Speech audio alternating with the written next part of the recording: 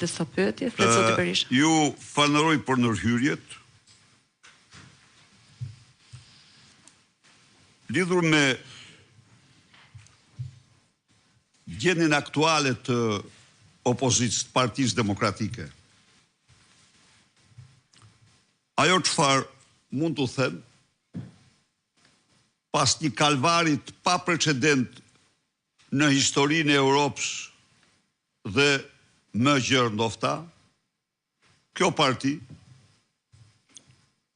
arriti të qëndrojë si opozitë vërtet, s'pari, së dyti, arriti të ketë nga tetori i vitit 2024 gjërë në 5 dhjetor të vitit 2025 7 rezoluta ndërkombëtare të gjitha forcave politike të këtij planeti, të qendrës djathtë dhe djathtë të planetit Tokë, pa përjashtim, të federuar në organizatat më të mëdha të forcave politike, të cilat kanë denoncuar persekutimin politik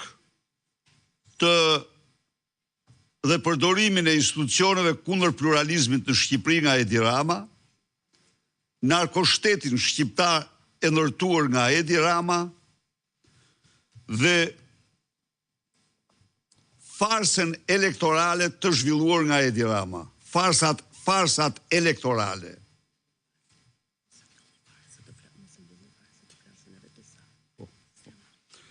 Pra, natyrisht kjo ka qenë një betejë jo pa pasoja, duhet ta pranoj, jo pa gjurmë, jo pa nishane, jo pa po.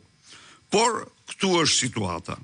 Partia Demokratike qëndron plotësisht e hapur ndaj forcave të tjera politike opozitare dhe ka shprehur vlerësimin e saj për partinë dhe kryetarin e saj që proteston çdo ditë këtu tek kryeministria, ka ftuar dhe ajo është në protest dhe vlerëson, ka ftuar parti të tjera, por Partia Demokratike natyrisht nuk mund të diktoj jashtë vullnetit tyre bashkëpunimin. Kjo, për sa i përket kodit elektoral, ato janë ftuar,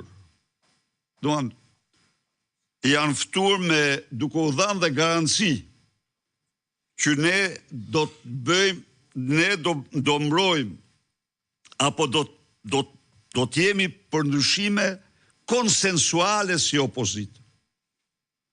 Ka refuzuar të vinë për arsye sepse ka ndonjë që preferon të jetë opozitë e opozitës, por të jeni të sigurt që opozita e opozitës është paterica e qeverisë.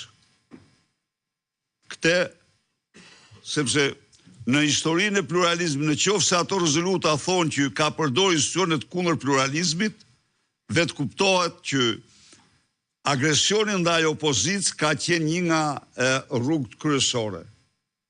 Pra, ne ja u them këtu, jemi të hapur për ndryshime në kodin zgjedhor plotësisht konsensuale me të gjithë aleatët, me të gjithë opozitët, me të gjitha partitë opozitare.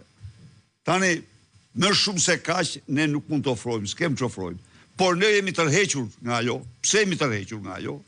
U tërhoqëm sepse Edi Rama nuk ka në absolute asnjë vullnet për asnjë ndryshim tjetër përveç atyre që don vetë. Kjo është e vërteta. Dhe ne jemi tërhequr nga 2 komisionet, siç e keni marrë vesh ju, për këtë arsye që do t'i përgjigjemi. Pra, unë këto përgjigje kisha dhe lidhur me ai do ndryshoj kodin, jo siguroj që do ndryshoj kodin, do t'i bëj të gjitha ato që don, në qoftë se ky popull nuk i tregon vendin, sepse ai nuk ndalet, ka krye krime shumë të rënda, dhe nuk dorëzohet.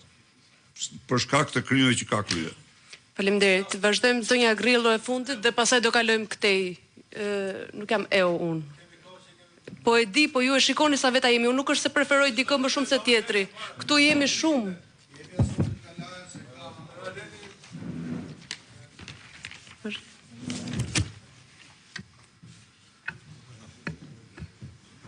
Vetëm dy fjalë kam për të thënë. Se shikoj që ka shumë për të folur. Më mbështesim